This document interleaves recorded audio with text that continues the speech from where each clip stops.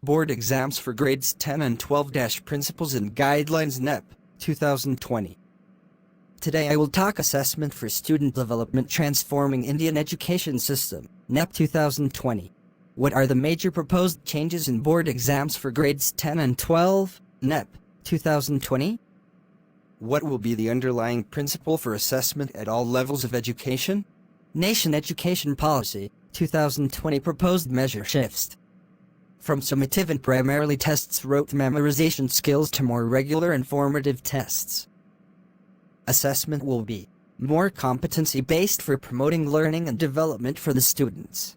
Assessment will be more competencies-based to test students' higher-order skills, such as analysis, critical thinking, and conceptual clarity. Students' learning will be at center point. The primary purpose of assessment is to help the teacher and student, and the entire schooling system, continuously revise teaching-learning processes to optimize learning and development for all students.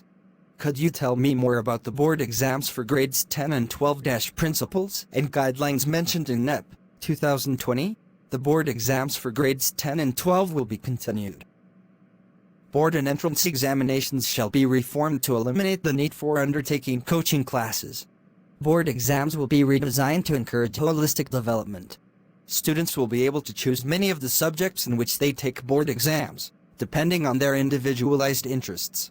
Board exams will also be made easier, in the sense that they will test primarily core capacities/competencies rather than months of coaching and memorization.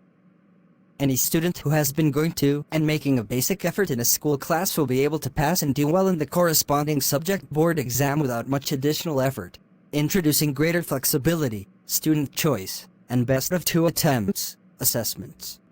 All students will be allowed to take board exams on up to 2 occasions during any given school year, one main examination and one for improvement, if desired.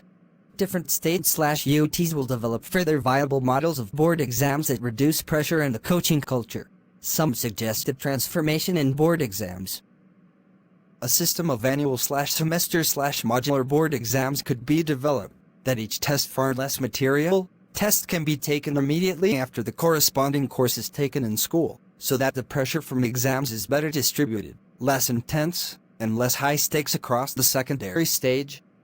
Standard and higher level exam in some subjects.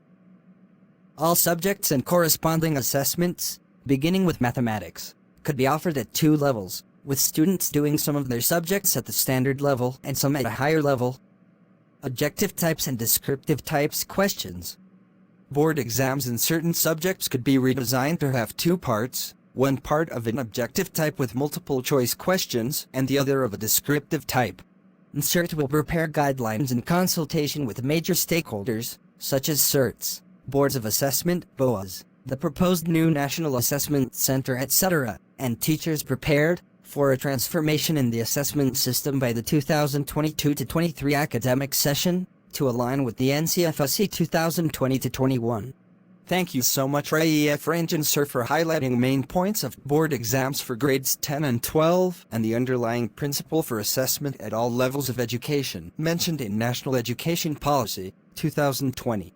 I will talk about the school examinations in grades 3, 5, and 8 in my next video presentation. Resource National Education Policy 2020, presented by RAEF Ranjan. Kindly visit MHRD websites for more information, or you can visit www.raeval.com for more articles, presentations and videos.